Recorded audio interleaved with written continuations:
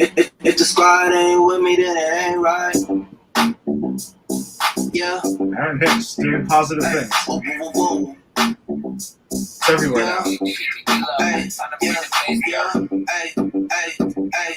What's up, everybody? Welcome to a brand new episode of the Empire 161 show on another Sunday evening. We are kicking it off with Same Squad by Pilo, which is Aaron Hicks' walk-up music at the moment.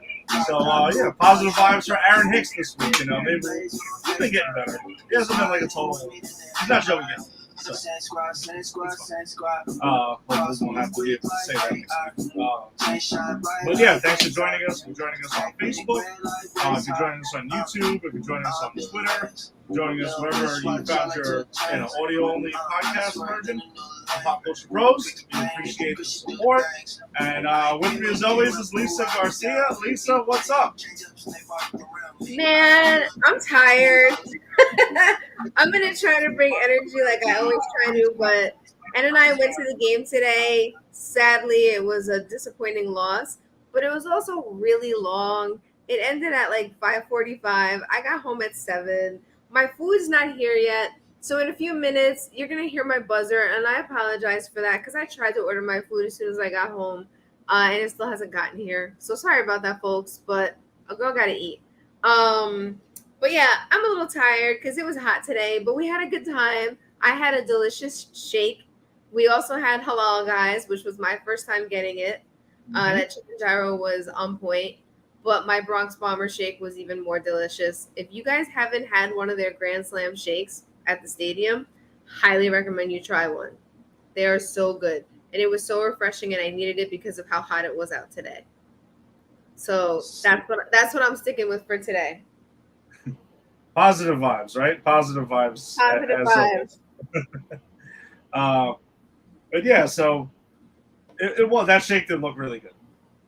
It did look good. It might have inspired me to maybe get one of my own tomorrow night or Tuesday night, one or the other. I'll pick one. I'll send a picture of it. I know I'm going to give in to whatever the chocolate one is because that's just what I do. It.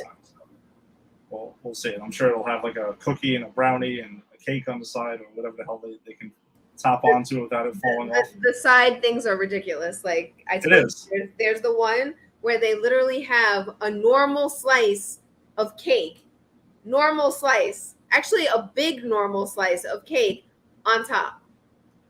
I couldn't get that one just for general purpose. Like it's either the cake or a shake. I can't do both. Yeah, I had with the late breakfast, the halal guys had me good. I had half, and then I had half in the middle of the game, but I needed to get some to drink to go with that because I always throw in the hot sauce. So, but I'm not crazy. I need my beverage to wash it down with. So, yeah, thumbs up to Yankee Stadium today. Definitely they always do it. Listen, I rarely ever have anything bad at the stadium, so props to that. All right, so let's just go ahead and get into our first segment today. And we're going to kick it off with The Captain, episodes 3 and 4 that dropped last Thursday on ESPN, or if you found it on ESPN Plus since, it's pretty accessible. I tend to TBR them apparently, and then, catch them at some point.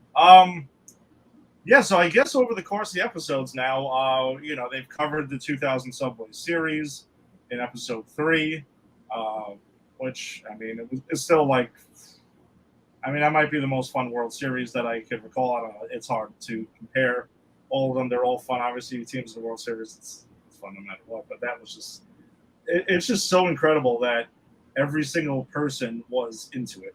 Just no matter where the hell you went, that's all anyone was ever talking about. And I know Jeter mentions that in the documentary, and I thought that was really interesting. So you have to see it from his perspective as well. But yes, another really solid episode, and I thought it was funny the way they depicted the '99 World Series. That was just like a cakewalk over the Braves because the Braves had no chance, which is kind of what it was like. As good as the Braves were, that '99 World Series they just stomped all over them. And I guess one of my favorite parts in episode 3 was when they talked about the Roger Clemens trade, and Clemens came over and stuff. Yeah, I guess I'm one who just dealt with Clemens eventually. I never really wholeheartedly warmed up to him. I don't even know if I ever owned a name and number Clemens shirt. Which if I don't own a name and number of your shirt, apparently with the Yankees, then there's got to be a problem because I'll pretty much just buy anybody's shirt. The T-shirt jerseys are a whole other story. Extremely picky about that one. But yeah, Derek and I can't. Was it Knobloch that put on the catcher's gear? Yes. And they in spring training, and he threw behind him and everything like that just to get that out of the way. I thought that good because Clemens was pegging him left and right when he was on the Blue Jays and everything like that. But yeah, I thought that was a lot of fun, and it was insight to see how they welcomed them in and maybe kind of let bygones be bygones and moved on with that. What were some of your highlights from episode 3? So I had a few things that I found pretty interesting. I mean, so you and I talked about this yesterday. It sounds like they the A-Rod thing, they kind of repeated a little bit and then dove a little bit more in it. Yeah. So one of the first thing he says in the episode was, "It takes me a very, very long time before I can fully trust someone. If you slight me in any way, I have the unique ability to just cut you off." So there are two things in this episode. There's one thing in this episode and one thing in the episode 4 that resonate with me. This resonates with me because there are some folks out there that know that I have cut them off. I've given them a couple of chances, which is more than what he does. But there are definitely some people that were in my life that were friends, longtime friends, that I cut off and have never looked back or regretted doing so. And I'm talking about people from high school. I'm not talking about a certain somebody that may or may not listen to this and then think I'm talking about them. It's not you. I'm talking about people I knew in high school.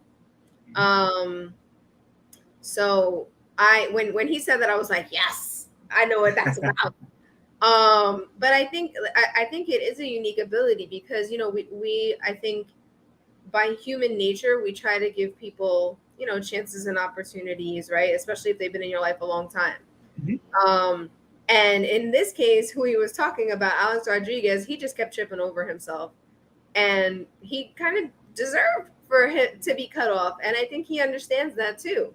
I think he really understood it based on what, he said in the interview. But who knows? We just talked about this other thing. I thought I had no idea he got an umbilical hernia by falling on ice on New Year's Eve. So that was kind of really, first of all, I never heard of that. And secondly, that was just a weird thing that I didn't know what happened to him. So I was like, what? How do you fall on ice and hurt your belly button? I don't understand. Derek's apparently not quite like Run DMC, who we all know was walked on ice and never fell. And then, of course, because I don't like him, I loved what other people were saying about Alex Rodriguez. Somebody said Derek Jeter wanted to be a Yankee. Alex Rodriguez wanted to be a star. And then I thought there were major shots fired by Joe Torre. He said in baseball, it's important to play together. And Derek understood that. Alex always wanted to be a star. Yeah. Did you by any chance read Joe Torre's book, The Yankee Years? I didn't. My dad has it. I have to borrow it from him and read it. But wait, if I did, I don't remember. But I know that it was very Derek. He had favorites. It was very clear. Yeah, and if you get a chance, read it if you're interested. But yeah, so Torre went ahead and let out a lot of things about A-Rod and stuff. Pretty much everyone's talked about him at some point in the era. And yeah, he got it pretty bad in episode 3. But I thought to tell you the truth, I actually do think from A-Rod speaking about it, he kind of seems like he is coming to terms, he's not trying to hide from it or anything. He kind of was just owning it and I messed up. I mean, that's it. I mean, I shouldn't have said that. I think he clarified his comments a little further because they were also talking to the writer who wrote it, and the way that they were phrasing it was making it sound even worse than maybe what his intentions were, which happens. That does tend to happen. So if we're being fair, those aren't exactly the biggest. I was an A-Rod fan at one point. I never made any gripes about that. But yeah, once you start suing the team and you get caught for steroids the second time, then it's kind of hard to defend you, and you're just a douche, and that's the end of you. But so that was me cutting A-Rod off. So his jersey. I still have one because I've needed one for the last season in the stadium in 2008. That's it. I'm waiting for the day when someone not named Joey Gallo can make me want to wear number 13 again, and I can maybe cover up the patch. I'll put the tape on the patch, and it'll just be that.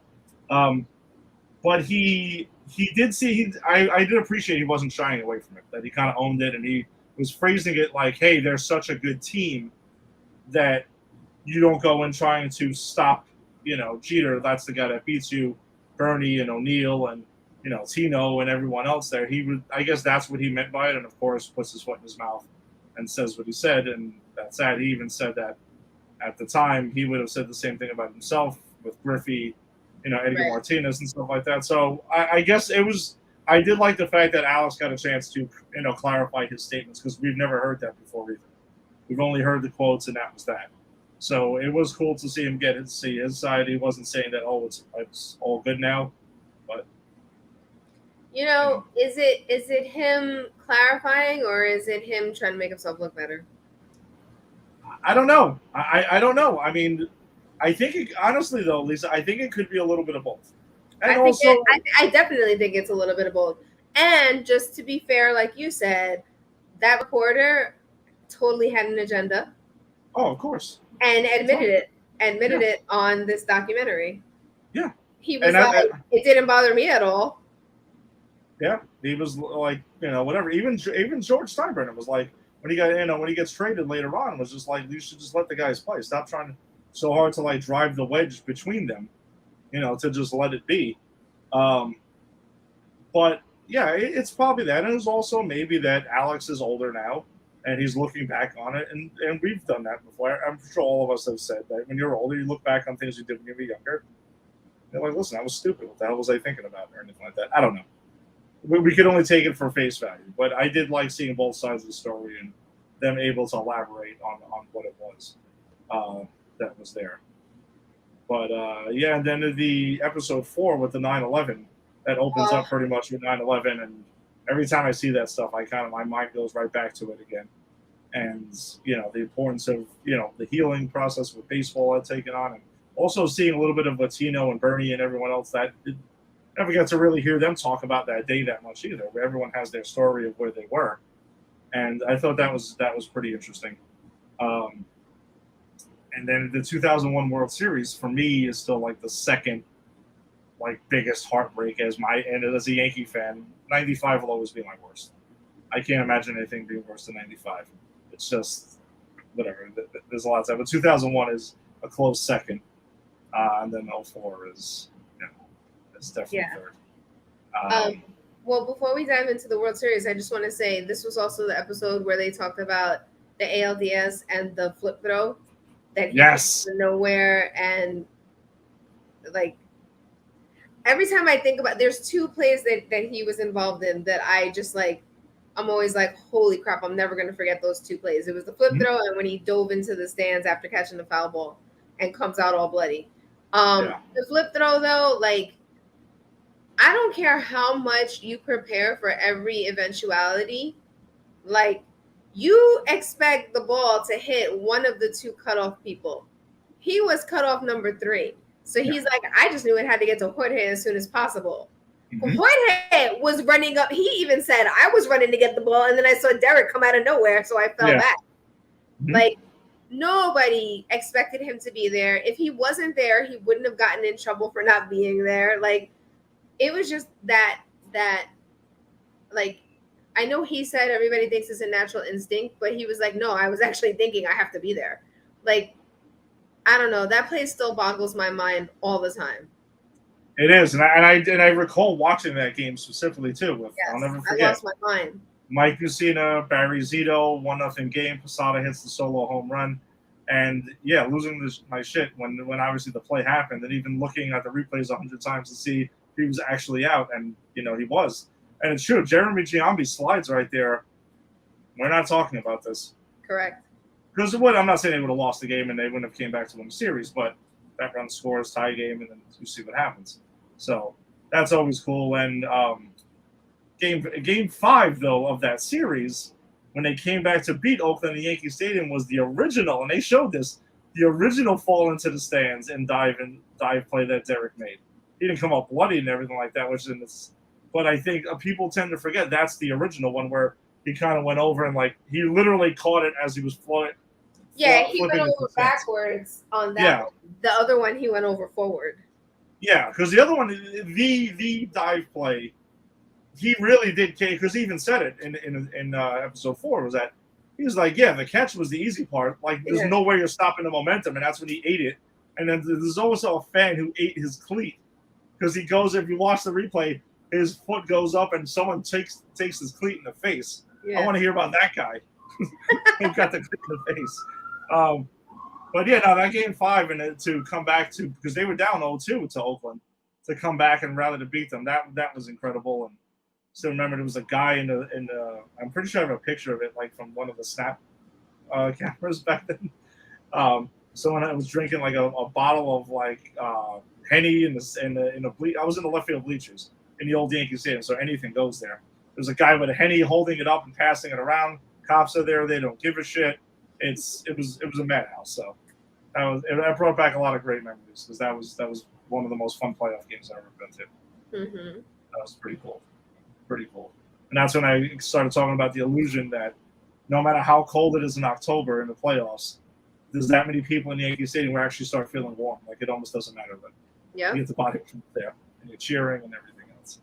So, yeah. And then they talked about George and Derek and their whole thing, and that after in 2002 when the writers started, the New York sports writers started going after Derek about staying out late, and they had the Visa card commercial. I thought it was a nice way to bury the hatchet with that. So that was cool, and then Derek gets named officially captain. That was cool, and then Matsui came aboard. And I'm dying to hear more Matsui now in the next couple of episodes. There's got to be more. Yeah, I can't wait for that because I thought that their friendship was like one of the. I loved Matsui and his personality, so I'm just looking forward to seeing him being interviewed. So there's a couple of things in this episode that stood out for me. First of all, I think it's the first time we see Michael Jordan. Yes, actually, yes. MJ has made the appearance. I'm surprised you didn't mention that. So one of the things he had to say, which I think is high praise coming from him, was Derek Jeter has always been a winner and has always inspired other players to do well. Tom Verducci, a sports writer, like he really said something that I think is very key. The greatest thing you can have is never being satisfied with success, and I feel like Derek Jeter personifies that. Yeah. And then my favorite quote of his from this entire documentary so far, when he got named captain, and he said, just because you're in a position of power doesn't mean people will listen to you. They'll hear you, but you have to take the time to get to know people. And sure. I feel like that is so important. Without knowing that he ever said this, like, this is how I work. This is how I do the job that I do in real life. I interact with, so I supervise a large number of people. And I make sure to go to every one of my programs regularly and get to know the team members in each of the programs, not just the directors that are my direct reports. I make sure I get to know the entire team. I do second interviews with people. I, remember what they say. I ask them about their families. I ask them about things that they do, and I'm genuine in listening to them. I think that is so important. The higher up you go in any organization, whether it's the New York Yankees or the organization I work in, the less actual time you do have to interact with folks. So when you do, it really has to be quality and genuine. And I feel like that's the only way that you can have a team that's successful. And I'm all about teams. It's one of the things that like I talk to my teams about is like we're our branch is a family, and we're gonna act like a family together. Like we're gonna work together, we're gonna work seamlessly, we're gonna communicate a lot, because that's the only way that we could be really successful and great. So when he said that, I paused it and I was like, yes, let me write this down for the podcast. Because I just think that that's so key. And you don't have to be in a person's face, especially when the cameras are out. It's more important. And that's why I told you that I really like Jorge Posada, because I feel like he was a silent captain, right? So he wasn't named captain, but he 100% spoke to people in the locker room or, like in the dugout. He didn't make it. He wasn't in your face. And I think Derek was that way too. I feel like Aaron Judge is that way. Hint, Yankees. I feel like there's a lot of people that are that way. You know, they talk about John Carlos Stanton being that way too. So I think the best captains are the ones that like you don't even like you know that they're named the captain, but they're not acting like they're you know like responsible for certain things. They're just doing it because that's who they are as a person. So that's definitely the thing that resonated with me the most so far. Yeah, and that team, you know, the '90s Dynasty team, and after, yeah, Posada was a leader. You hear stories about Tino Martinez was a big vocal leader, and that Tino would literally get in people's. He was one who, in the locker room, cameras on around, would get in people's faces, and when you hear, it was pretty intense. Like he would really get on people, you know. There, that actually reminds me too is that story about Chad Curtis. Mm-hmm. That was interesting because yeah, they Yes, did talk about the brawl that happened and where Derek and A-Rod, it appeared like they were off to the side, just kind of like doing their own thing and everything. And the whole Jeter Curtis thing, I remember hearing whispers about that, but not really obviously in the detail that was in it now. I mean, Chad Curtis has done some pretty bad things since then, like later on in life. But yeah, he, you know, the fact that like, you know, he was trying to like act big, and once the cameras came around and stuff like that, you know, with Derek, it was just kind of like one of those people who wants to get into a fight, or they say they do, and it's like, yo, hold me back, man. Yeah. Like, stop, dude. You know, you're not going to go out and fight him, and that's that. So, yeah, I call that a whack person. That's pretty fair. Yeah, Jack Curtis. I loved some of the big moments Curtis had as a Yankee on the field, but yeah, eventually he's pretty bad, unfortunately. So, all right, I guess let's go on and get to our week that was, and we're going to start off with the Subway Series. That was at Citi Field last Tuesday, where the Mets had topped the Yankees by a final of 6-3. Jordan Montgomery was not great in this game whatsoever. He took his third loss of the season, going 2 in the third innings, 5 hits, 4 earned runs, a walk, and 3 Ks. Aaron Judge, though, in the first inning, looks like they jumped on Taijuan Walker early, but he was 2 for 4 with his 38th home run of the season with a walk. So did Anthony Rizzo with a pretty nice opposite field shot, 2 for 4 with his 23rd homer of the year. Aaron Hicks was 2 for 3 with the walk, runs scored, but overall the Yankees offense was 0 for 8 with runners in scoring position. They had chances all night long to go ahead and to score. Biggest moment, though, that they had, well, besides the ninth inning, they did have a moment there when Edwin Diaz had kind of had him. Looked like he made that error when he was trying to turn 2, which I thought the floodgates were going to open, as we've seen. But so, Lisa, I want to get your opinion. So I forgot I think it may have been the 4th or 5th inning when Rizzo was up with bases loaded, which Taijuan Walker totally lost the strike zone. He falls behind 3-0 to Anthony Rizzo. And then part of the thing that I love about baseball is that I think both sides are right in this, is that on a 3-0 pitch, usually you give Rizzo the green light, you know, to try to hit a grand slam, or do you like, this guy's all over the place, take the damn pitch? My personal philosophy would be to take the pitch, even make him throw 2. But no, he swung at a pitch that was grooved down the middle, and he came about 2.5 feet away from hitting a grand slam. I saw some fans were crying about it, like, hey, you know, what the hell are you doing? The guy's all over the place. And Walker even admitted after the game that, dude, I grooved one over. I was shocked he swung. I was just trying to get the ball, like I gave him a meatball, and he just missed it. So I think both schools of thought are right. You're thinking, hey, it's 3-0, 7 straight out of zone. Maybe I get a meatball. If I think I get one, then I'm going to crack it out.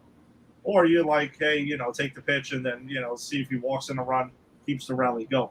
I don't think either one of them are wrong, to be honest with you. Mm-hmm. And that's part of what I love about baseball, is that I think both schools of thought are correct. What did you think of that? Were you mad? What I think and what I would do are 2 different things. Okay, well, what would you do in this situation then? Ed, you know from softball that I like to swing. If I have to walk, I will, but I hate walking. I'm saying bases loaded. Your team's trying to come back. Yes. If it's coming down the middle, I'm probably gonna swing at it, even if it's 3-0. Because if it looks good, I'm gonna want to hit it. So yeah, I probably would have done the same thing. I probably would have swung at it. And I understand that he has to come with 3 perfect pitches anyway, and he hadn't been. So eventually Rizzo might have walked the run in, but maybe he would have thrown 3 perfect pitches that Rizzo couldn't have gotten to either, or whatever. I don't know. I mean, Rizzo's pretty good. He fouls off like nine pitches every at bat. So, but yeah, I would have swung at it. Okay. Yeah, no, and that's the thing. I don't think either school of thought is wrong. I just think that, and then the 4-pitch walk that he had to Judge before that, was he wild or he was actually pitching around Judge to, they were not trying to mess with him at that point. So yeah. I can maybe think he's not exactly wild. He literally was just pitching around him and see if he would expand the zone, and that was it. So that didn't happen. But the mind-boggling moment of this game was in the 8th inning, 2 outs, and Ottavino's on the mound, and IKF is coming up, and Boone goes to Joey Gallo as a pinch hitter. And instantaneously, obviously, Buck comes back, goes to Edwin Diaz, who was already warming up, so you knew he was coming in. And he blows away Gallo in another non-competitive at-bat, because we all knew that was coming. Edwin Diaz has been phenomenal this year. Joey Gallo has been the exact opposite of phenomenal this year. Whatever the hell you want to call it, abysmal or anything, whatever. But just another non-competitive at-bat. I don't understand why you would do that. And then Boone after the game is like, oh yeah, I went with Gallo because, and I get he was, the logic makes sense of lefty-righty. Gallo's supposedly a power hitter. When he actually does make contact, yes, he does. He does have power, but he's been horrible. And then Boone explains it by saying, "Oh, I wanted to get Diaz to pitch more than 1 inning, so maybe you can mess up tomorrow's game because, as we know, the games are interconnected." What the are you talking about? It's like, just stop. Let's stop. I was beyond. People were laughing when Gallo was announced. Both fan bases were pretty much laughing out of insanity. At least the people that were around me. So that was brutal. That was absolutely brutal. Yeah, sometimes managers make decisions and it's like, what are you thinking? Like, that is obvious. That is like, when they say it's the obvious choice, it's the obvious choice not to choose. Like, yeah, and I get IKF doesn't have a home run this season, but come on now. Like, you're gonna pray that the ball accidentally hits Gallo's bat and it happens to just go ahead and go. I thought that was horrible. Right there, I thought Buck ran circles around Boone in managerial, in their little matchup. I mean, he does. So no, Buck's a great manager. Yeah, and I'm giving. Listen, I'm not an anti-Boone guy. I'm really not. I'm not either. I think he's okay. I think he's fine. I still am on a team of wishing Girardi would have stuck around. They would have stuck with him longer. But Boone's been fine. I thought he's been much better this year, but this was not his week. This is not his week at all. So you have anything on this game before we move to the next one? Nope, okay. Not this game. I do want to point out my flute's still not here, though. I noticed. Trust me, I'm keeping an eye on it because I'm waiting to see what happens. I'm eagerly awaiting to see what happens with that. All right, so then Wednesday night, the Mets went ahead and completed the 2-game sweep of the first round of the Subway Series by a walk-off on a final of 3-2. Domingo Germán, silver lining was he pitched better than his first outing, only lasting 4 2/3, though. That's not great. But 5 hits, 2 earned runs, 2 walks, and 7 Ks. He was matched up with Max Scherzer, who was, Yanks were 0 for 7 with runners in scoring position, so it's not like they didn't have some times. There were some bigger moments where Scherzer did go ahead and struck out Aaron Judge. That matchup didn't really go in their favor at all. No. But Max Scherzer is also Max Scherzer, so he's also a phenomenal pitcher. He's one of the best pitchers in baseball. And I have a stat for him because that was his birthday. And he now has 41 strikeouts on his birthday. I think it was the 4th or 5th time that he's ever pitched on his birthday. and getting those 41 strikeouts total, he passed Randy Johnson, who had 39. His birthday is on September 10th, for the most all time. Okay, it wasn't, and it was also Wandy Peralta's birthday, if I remember right. It was the same day. I knew his Yeah. birthday. We were talking at the Yeah, game yeah. that it was his birthday recently. So Kind of just popped in there, but unfortunately, Wandy Peralta took the loss on the night, putting his record at 2-3 on the season. He only lasted a third of an inning, 3 hits, 1 earned run. Another situation though where Boone goes to Holmes in the 8th inning, then brings in Peralta for the 9th to face Eduardo Escobar, who's a switch hitter who is a much better right-handed hitter, and you flip him around to the right side when he can't hit his way out of if he was batting left-handed and he fell out of a boat, he wouldn't hit water. Like, that's how bad this dude has been left-handed. So that's another moment where I'm like, what are we doing here? Where are these analytics that you're getting that tells you that this is a good idea? So that was a tough one to take. DJ LeMahieu 2 for 4 though on the night with a walk. Labor Torres was 1 for 4. He did tie the game up with a 2-run homer, 16th of the season. As I had mentioned, the Yankees offense 0 for 7 with runners in scoring position. So I have a funny story about when Glaber hit his home run. So I was fortunate enough to go to the game with my uncle who was visiting from Florida, my dad, and my nephew, who folks that watch the show know who that is. It was Gabriel. We're there, and my dad hadn't been to a game in a few years. So my dad was like earlier on, he was like, I want to leave in the 8th inning. So we were like, okay, the beginning of the 8th or after the Yankees get up? And at first he said the beginning, but we were able to convince him to wait until after the Yankees get up. So I prepped Gabriel, who was sitting next to me. I'm like, Gabriel, we're going to leave after the Yankees get up in the 8th because Pop is tired. You know, he wants to go home. And he was like, at first he was like, okay. Glaber goes and hits his home run. And my dad's like, all right, let's go. And all of us were like, they just had the game. Yeah. Are you sure you want to go home? And my dad was like, yup. And I was like, all right, Gabriel, we got to go. And he was like, what? Pete, do we have to go? And I was like, yes, we have to go. Pop wants to go home. We have to go. So we listened to the rest of the game in the car, and obviously we're very disappointed in the car when Starling Marte hit his walk-off single. Yeah. But yeah, I just thought it was a funny reaction, and kind of I won't say a reversal of roles because Gabriel has always been into baseball, but like my dad was like, outside of you and one other person I know, my dad is the biggest Yankee fan ever, and like would schedule things around Yankee games when we were growing up. Oh, sure. So first of all, I was very happy that I got to go to the game with him because it had been a few years. Mm-hmm. So that was just great, and he had fun. He had a really great time. He and Gabriel both fell asleep in the car ride home. Wow.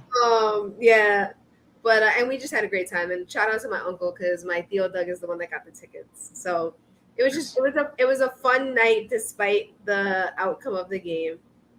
Yeah, and this was the game. You know, I was all there as well with my cousin Mike, my wife Angie, my cousin Rob, and his wife Susanna, and then also like 2 of their cousins. I guess I was on the other side because I didn't know who they were, but so we had met them. Yeah, it was always fun. My cousin Rob is he seems to feel like he's intimidated by like knowledge that I would have and stuff like that. I'm like, dude, stop! Like it's crazy. And he seems to get a kick out of me shaming people for fake jerseys. Oh, and we saw a lot of them that night in separate areas. Yes. Yeah. It's just, it's embarrassing at times. Hey, public service announcement, folks. The Yankees don't have their names on their jerseys for a reason. Never have, never will. Can you please stop buying jerseys with their names on the back because that is not a real Yankee jersey. Public service announcement number 2. We see all of you adults wearing the kids' jerseys. It's very obvious. You can tell what it is because the kids' jerseys, the font is smaller. And even though you may be able to fit into it, just stop. Just stop buying Yankee jerseys with names on them, period. Yeah. T-shirts are a different story because number T-shirt, one, the shirt you're wearing, totally acceptable. Totally acceptable for it to be on the back of that shirt because it's a T-shirt. But when it's the jersey, home or away. Do not put a last name on it. And don't put your last name on it either. It's like you played for the Yankees or something. Come on. I literally played for the Yankees in their camp, and I don't have my name on the back of the shirt. I just have 24 like you're supposed to. Yeah, and I mentioned to you earlier that at Citi Field there was some like goofy games going on in between. It was actually the Tuesday game they did it for, and there was a Yankees fan who, oh, I'm sorry, they were asking two Mets fans, like under and over 99.5 of how many Yankees fans are here tonight with their names on the back of their jerseys. And like 4 innings later, they came back, like, well, it was the over. And I'm like, you went around and counted. Like, you actually went around, like, you're full of shit, dude. No one's buying it. And then the other goofy game that they did was they're like, well, the Yankees can't have facial hair, so we're going to put facial hair on famous Yankees. And it was the guy they were asking had full Yankees gear on. And it was like, well, can you identify who these Yankees are? And he gets them all right. And it's like, oh, well, guess what you've won? A pie in the face from Mr. Met. And afterwards, he's like, oh, welcome to Queens. I was like, is anyone buying that this is real for like even a sliver of a second? No. And I mentioned these things to my cousin Rob and my cousin Mike the next night, and they were embarrassed. They're like, this is why. They get mad at the team for doing this kind of shit. So, whatever. But I will say, though, center field, deep fried foot-long hot dog, bacon, cheese, prime rib bits, phenomenal in Citi Field. Phenomenal. Props to them. They listen. Their food selection is they have a wide food selection. They have a good food selection. I do in ways that it's listen. I'm not complaining that the food selection. I'm not saying it's all great. I've had a couple of bad things there, but also some great things too. So not knocking them, but props to them for that. It's a new addition they've had there. I know everyone likes to rave Shake Shack, but Shake Shack's like on every corner in Manhattan now. So it's not. It's like bragging about having McDonald's at this point in your stadium. Like it's not really that big a deal anymore. You go to Pat LaFrida, get a steak sandwich or something like that. They have Mr. Softy at Citi Field, which I give them a lot of props for. Mr. Softy is awesome. That is really cool. Yeah. So Farashi wants to appreciate that. You know what they have at Citi Field that they don't have anymore at Yankee Stadium? What? Nachos. They do have nachos. Well, hold on. Pulled pork nachos? I don't know. Yankee Stadium does have nachos, though. But they don't have Mighty Quins anymore, even though they have a Mighty Quins. They have the stands. Yeah. Yankee Stadium. I am so upset by it. I'm still really hurting from that. That was my spot. All right, Lisa, I'm going to do something for you. When I get sent my survey after the season, I am going to write that in. Every time I get a survey, I'm like, bring back Mighty Quins! Exclamation, exclamation, exclamation. Oh, no, they have Mighty Quins. They just whoever made that decision. I wonder if it was the Yankees or was it like whoever's in charge of the food there or was it Mighty Quins that decided to pull it?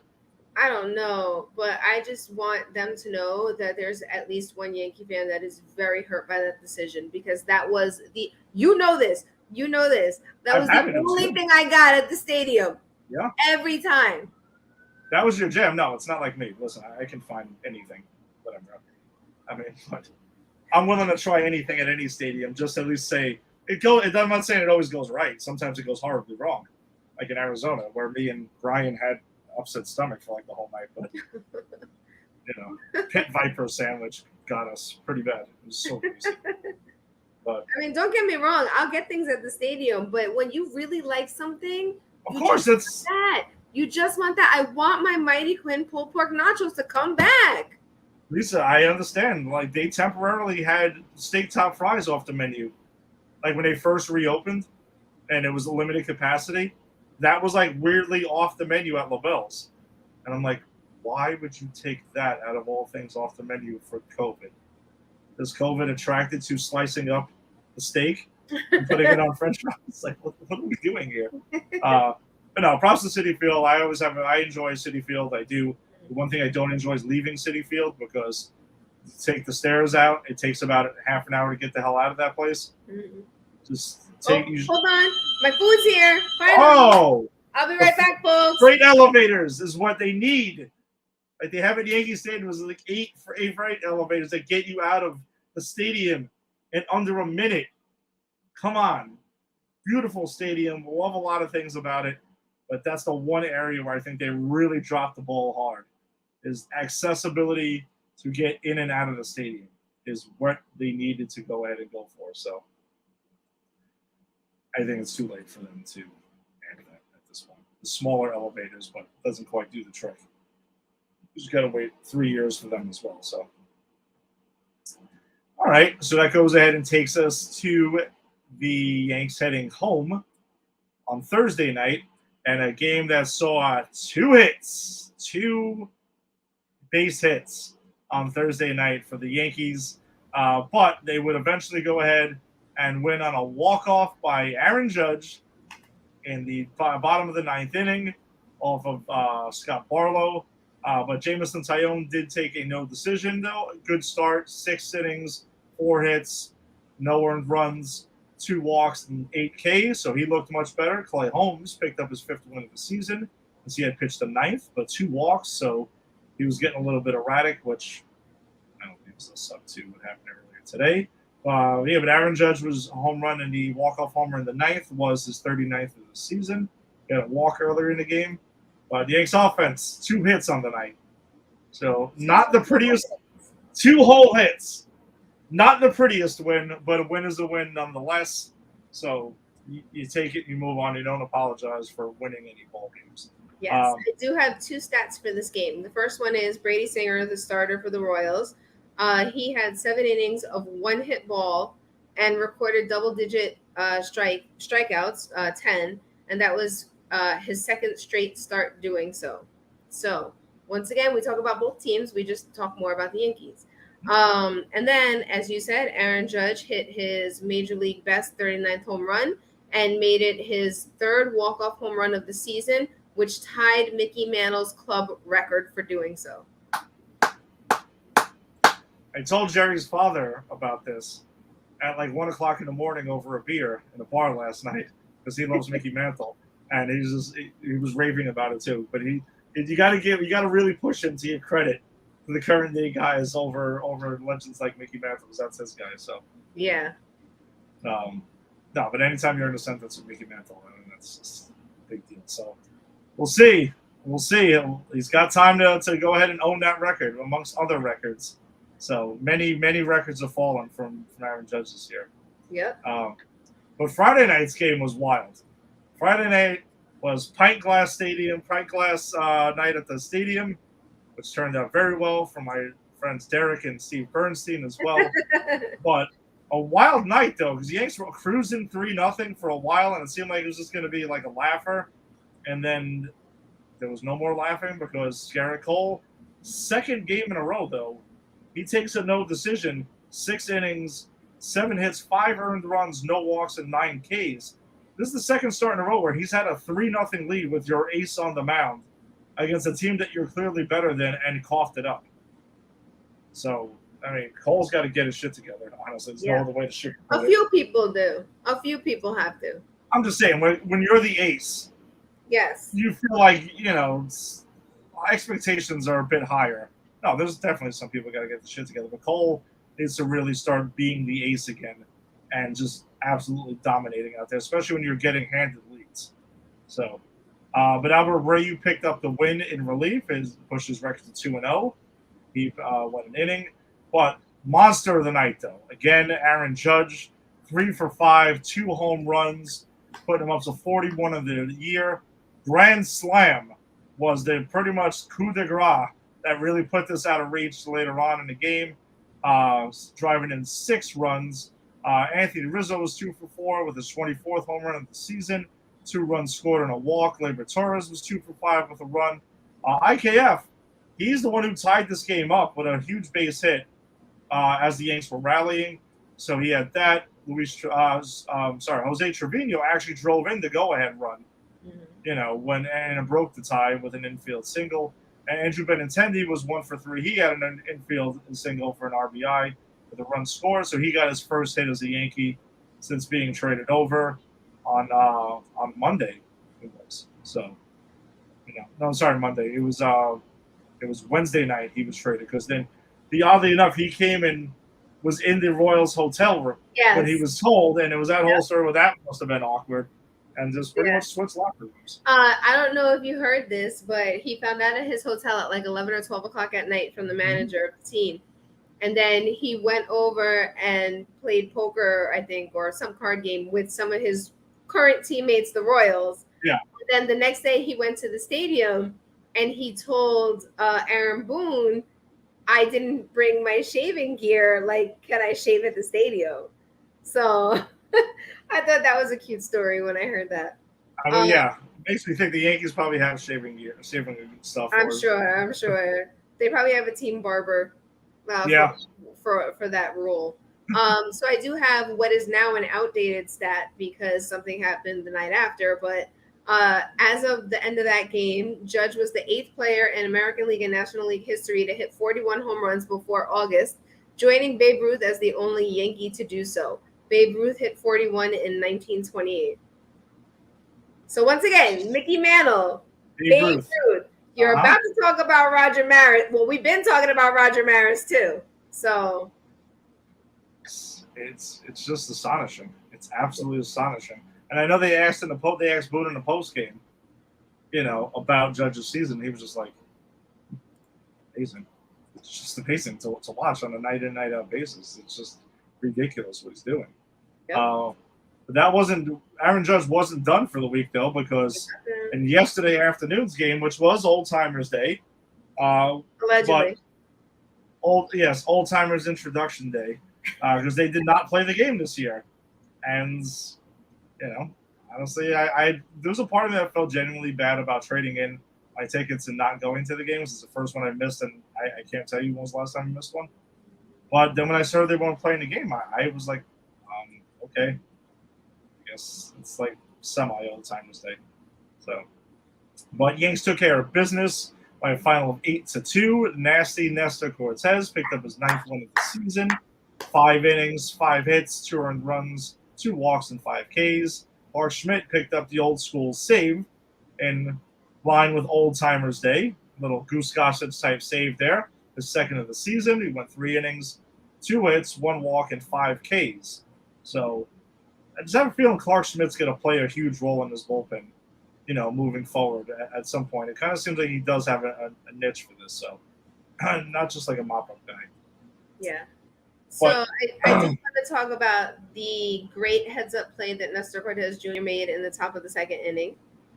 I thought that was really dope. Hunter Dozier was on 3rd, and the ball was hit. Was it a bunt or just like a cheapo, like? I think it was a cheap, pretty much a bunt, swinging bunt, if you want to call it that. So I can't remember who was up, but like a little dinky hit.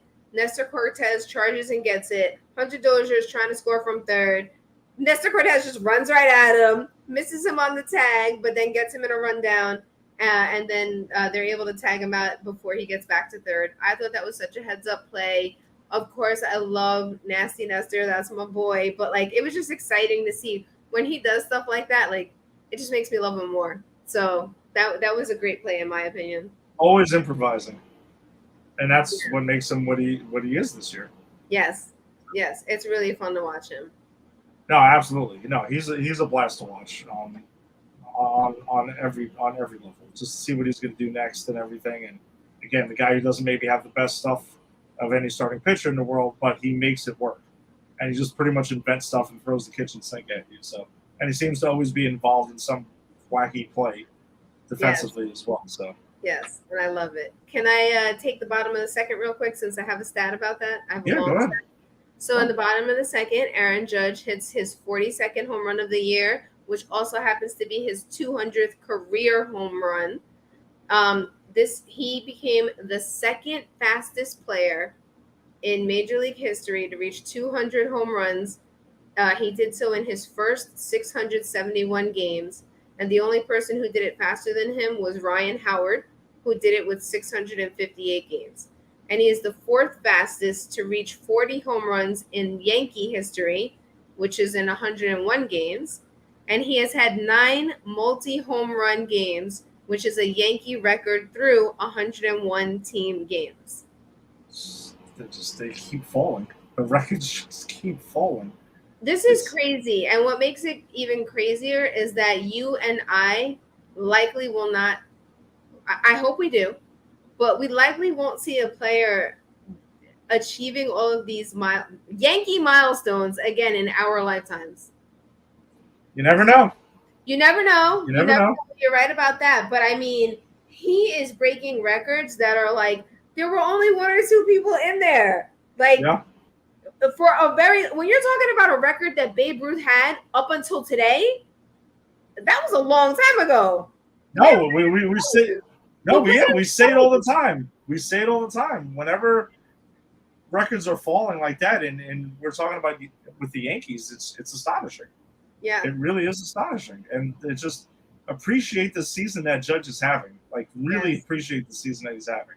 Yep. So I know his bank account's gonna appreciate the season he's having. I hope his bank account appreciates it. Oh no, I'm absolutely sure that will happen, and still stand by. That will be coming from Cashman and the Yankees when he does cash in. But yeah, Judge had hit his 42nd home run of the season.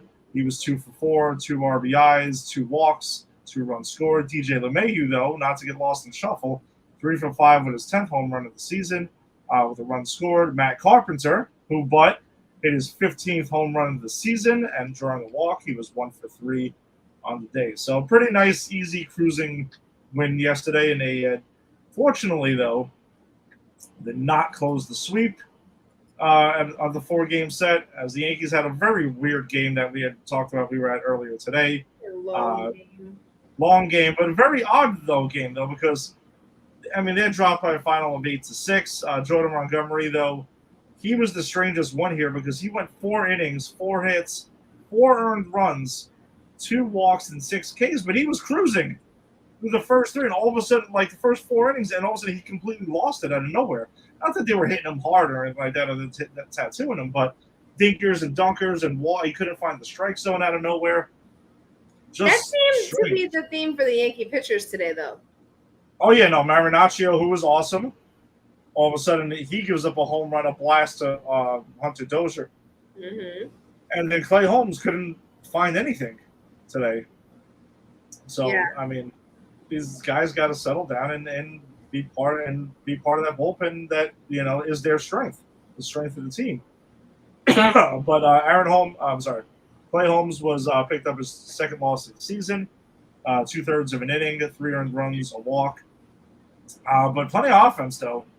DJ LeMahieu was 2 for 5 with his 11th home run of the season, 2 RBIs. Anthony Rizzo, who hit the go-ahead home run in the 7th inning, which but you felt that was coming. As soon as Rizzo was coming up and a run was run, at least me, in my head, it was already playing out that we know what's coming. But you kind of saw that coming. But that, like you said at the game, that home run went far. It was the back of the second deck. I have not seen many home runs go there. Not many home runs go there. So that was a shot. That was his 25th of the season. So he had 3 RBIs and a walk. And who put Matt Carpenter, though, 2 for 3 with 2 doubles of his own and a run scored as well. So he continues to get at bats, which is, he's going to get at bats until Stanton comes back. And then I have a feeling that he would go more of like a bench role and stuff and see what happens, but make the most of it, because if you're hitting hot, then they got to find a way to get you in the lineup sooner or later. Yeah. So that's how I would see it. But yeah, no, you can't win them all here. It would have been nice to take the sweep today, but today's more just a really annoying loss. It's just an annoying one because you kind of felt once Rizzo hit the home run and you were good to go, and that was it. But you know what? We took the series. That's what I'm saying. So there's some fans who are like, no, I heard it on radio. They're just like jumping off the house and everything like that. And even the guys behind us, they're. Oh my God, those guys behind us. That's what made the game even longer. Muppets. It's the Muppets. Come on. They were so annoying. Yeah, just whining the whole game. Oh my God. And then the kid who was like yelling bloody murder the entire game too, or the woman. I don't know if it was a woman or a kid. Couldn't tell. And I'm glad you spotted that kid, by the way, in front of us who was putting peanut shells on his fingertips. Oh, that kid was adorable. I was I having fun watching him. I was having was like, fun what is this guy doing? What the hell is he doing He over was here? living his best life at the Yankee game, putting peanut Yeah. shells on his fingers, giving himself peanut nails. I guess. That's what you do when you're his age. He was about what, like 6, maybe 5? Yeah, something like that. Yeah, it was cute. All right, so let's go ahead and give our awards of the week. We'll start off with our top of the heat hitter of the week, which I'm going to assume really isn't a conversation of too much to be had here. But I'm curious, though. I will start this one off. Okay. I'm going with Aaron Judge. So I Okay. figured that's pretty much a given. And, of course, my phone craps out for 2 seconds. So as I had his stats pulled up on my phone. But over his last 7 games, he's hitting 370, the 500 on base percentage, 6 home runs, 12 RBIs, 7 walks, 9 runs scored. I mean, the dude is just completely on fire. I mean, I know he had the one bad game against the Mets on Wednesday, but what are you going to do? And he almost hit a freaking 2-run homer to tie it in the 9th inning today. So can't do it every night. But yeah, Aaron Judge is definitely my top of the heat hitter of the week. What do you have? So I, knew he was pretty much the obvious choice, and I was like, you know what? Let me just look up everybody for the week, and I saw that somebody had a better average than him, so I went with that person. And I don't think you'll be upset. It's your boy who you're wearing the shirt today, Anthony Rizzo. Yeah. So he had an average for the week. He had a 375 average. His OPS was actually the same as Aaron Judge's, 1.483. 3 home runs, 5 RBIs, 5 runs, 6 hits, 3 walks. His on-base percentage was 545, and his slugging percentage was 938. So shout out to Anthony Rizzo. Yeah, can't go wrong. Can't go wrong. DJ LeMahieu, an honorable mention as well, because that dude's been on fire for like the last month plus. So yeah, those are the 3 guys that are pretty much carrying it right now, along with Matt Carpenter. So King of the Hill pitcher of the week. Might have to dig a little bit for this one, but who do you got, Lisa? So it was a little challenging, but I'm going to give it to Jameson Tyone. So I had to just because of the stats, but he had a 0 ERA, 6 innings pitched, 4 hits, 0 runs, 0 earned runs, 2 walks, 8 strikeouts. His WHIP is 1.00, and the batting average against him for the week was a .182. Who'd you get? I'm going with Jonathan Loaizaga. Oh, okay. I'm going to go Jonathan Loaizaga. He pitched 2 in the 3rd innings, 2 strikeouts, so nothing like it's going to jump off the page at you. But they had mentioned earlier is that little quietly, him and Chapman are starting to find their groove a little bit, and I think that's extremely important to what we're talking about with the bullpen right now. Not getting crazy and talking about, Clay Holmes is done or this and that, but they do need a legitimate setup man now. 2 high leverage guys, because Michael King is done for the season. So, if Chapman ends up being the setup man, or if he's even here by Tuesday night, we'll see how that goes. And then Jonathan Loaizaga, though, is a guy who I actually envisioned earlier in the year taking over as the closer. That hasn't gone that well. Clay Holmes has gone ahead and taken that. But Loaizaga as the setup man, if he could return to form, that would be phenomenal. And then you could refortify this bullpen back to the level where, it was earlier in the season. So, and over the last couple of years. Because Chad Green's also gone too. So there are openings for high leverage relievers in the Yankee bullpen. Help wanted. This is what it is. But how we can do these hires internally is what the key thing is here. So I would like to see that. And we broke our streak of picking the same people again. We did. Judge, I knew was the obvious. Yeah. All right, so let's go ahead and get to our preview, though, of the Yankees-Mariners, as the Yankees will be welcoming in the Mariners to the stadium starting the next 2 nights, and you got the Wednesday afternoon matinee. But big news for the incoming Mariners, though, is that Julio Rodriguez hit the IL this morning, hurting someone's fantasy team because they've had him in the Pop Culture Pros fantasy league, but it's all right. He can not play against the Yankees these next 2 weeks, and I'm not going to be that upset about it. The kid's been ridiculous. So who do we got? What are the pitching probables over the next 3 days? So we actually have them all. There is no formidable TBD this time. There was this morning, but I made sure to check when I got home, and we have all 6 starting pitchers this time around. So thank you for that, MLB.com. So tomorrow night it will be Marco Gonzalez. He's a left-hand pitcher. He has a 6-10 record, 3.66 ERA, and 60 strikeouts. He will be pitching against Domingo Germán, who is our right-handed pitcher, 0-1 record, 8.22 ERA, and 9 strikeouts on the season. I just want to reflect that last week when I said Domingo Germán, his ERA was like a 15. So it's going in the right direction. Keep it going. That's progress. It's progress. And then on Tuesday, it'll be Logan Gilbert for the Mariners. He's a right-hand pitcher, 10-4 record, 2.78 ERA, and 118 strikeouts. He will be facing Jameson Taillon, who was my King of the Hill this week. He is a right-hand pitcher, 10-2 record, 3.72 ERA, and 92 strikeouts on the season. And then on Wednesday, that's going to be an exciting matchup because newly minted Mariner Luis Castillo will be pitching. He is a right-hand pitcher, 4-4 record, 2.86 ERA, and 90 strikeouts on the season. And he will be playing against our ace, Garrett Cole. He is a right-hand pitcher.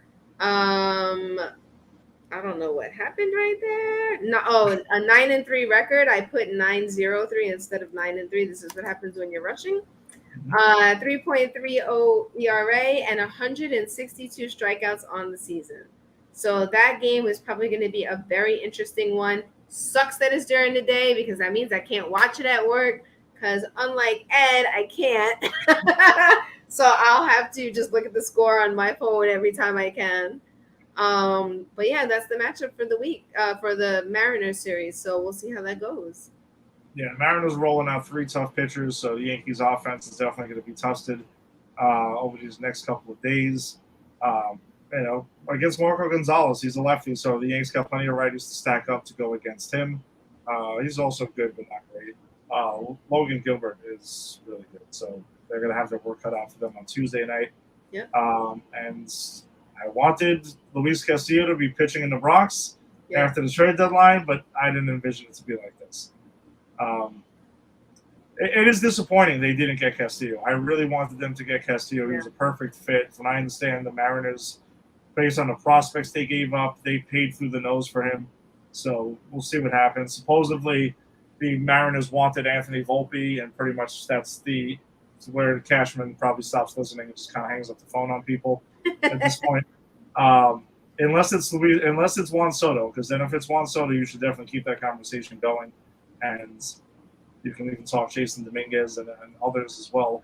So, trade deadline is Tuesday night, though, so I'm really curious to see what the Yankees do. I definitely feel they're not done yet, but I don't know. Frankie Montas from Oakland is the next guy that they're talking about that the Yankees could be interested in, but he does have shoulder problems, so not really sure I want a starting pitcher with shoulder problems. I know Jose Quintana from the Pirates is another guy that they're looking at, but I don't really know if he's better than anyone who's on the staff. I just think it's important that if you're going to make trades that you make improvements, not just trade for guys who are not better than the guys they're replacing. Or if it's just a wash, it doesn't really make a whole lot of sense. So I don't know. I don't think Juan Soto goes anywhere either. I have a feeling that the Nationals hold on to him and trade him in the offseason. I don't think they're in any kind of a rush, or they're not pressed that they have to do it immediately.